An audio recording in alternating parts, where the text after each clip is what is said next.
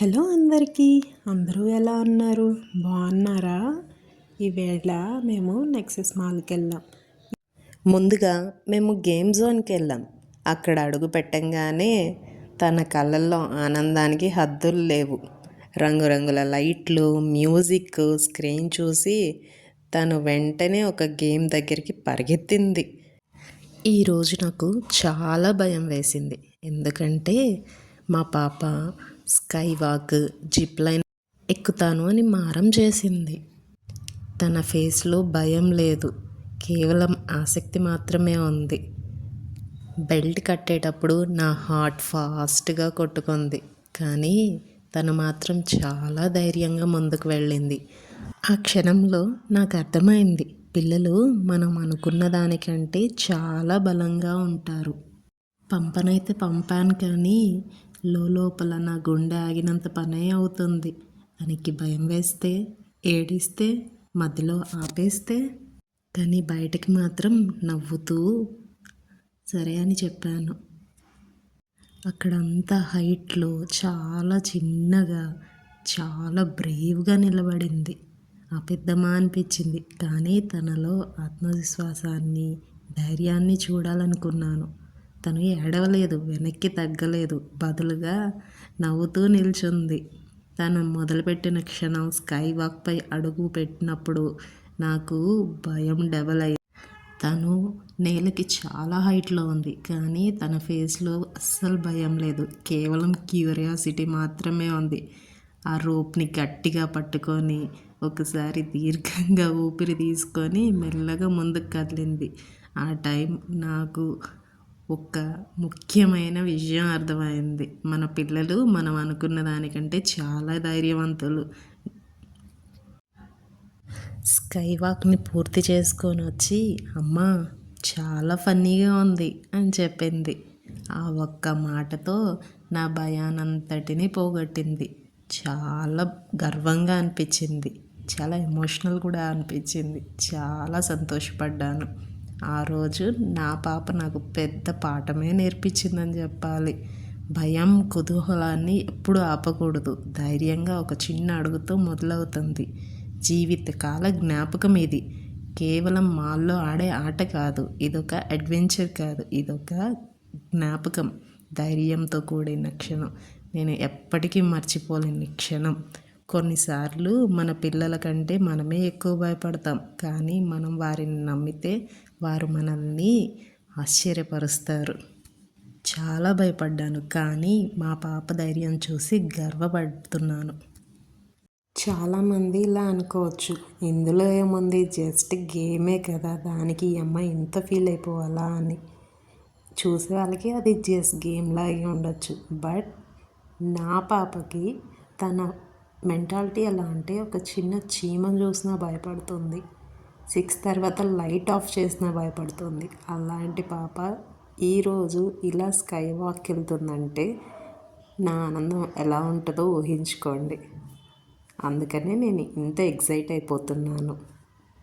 మధ్యలో కాస్త తడబడింది, బట్ అక్కడ వాళ్ళు మెంటర్స్ ఉన్నారు కదా, వాళ్ళు మంచిగానే సపోర్ట్ చేశారు. నేనైతే చాలా హ్యాపీగా ఫీల్ అయ్యాను. ఇక నా పాప హ్యాపీనెస్ అయితే నెక్స్ట్ లెవెల్. నెక్స్ట్ ఇక్కడ ఒక రోప్ పైన వాక్ చేయాలి. నేనైతే చాలా భయపడ్డాను, రోప్ పైన ఎలా వాక్ చేస్తుందా ఏంటా అని. పైగా సాక్స్ కూడా ఉంది, కానీ చాలా మంచిగా వచ్చేసింది. చాలా ఫన్ కూడా ఫీల్ అయింది. చూసారా ఎంత మంచిగా వాక్ చేస్తుందో భయపడకుండా.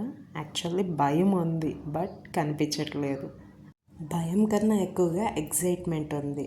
ఆ ఎగ్జైట్మెంట్ వల్ల తను మొత్తం కంప్లీట్ చేయగలిగింది. తనని చూసి తన చెల్లి కూడా నేను వెళ్తాను అని గోల. బట్ అక్కడ మాత్రం బిలో 5 ఇయర్స్కి నాట్ అలౌడ్. మా చిన్న పాప ఏమో 4 ఇయర్స్, సో తన్ని అలో చేయలేదు. తను కాస్త ఫీల్ అయింది, బట్ తనకి ఇప్పుడే అవసరం లేదులే అనేసి మేము డైవర్ట్ చేసేసాం.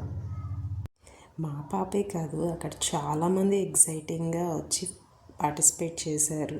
బట్ కొంతమంది పిల్లలు మాత్రం పేరెంట్స్ చాలా ఫోర్స్ చేస్తున్నారు, బట్ వాళ్ళు రావడానికి అస్సలు ఇష్టపడట్లేదు.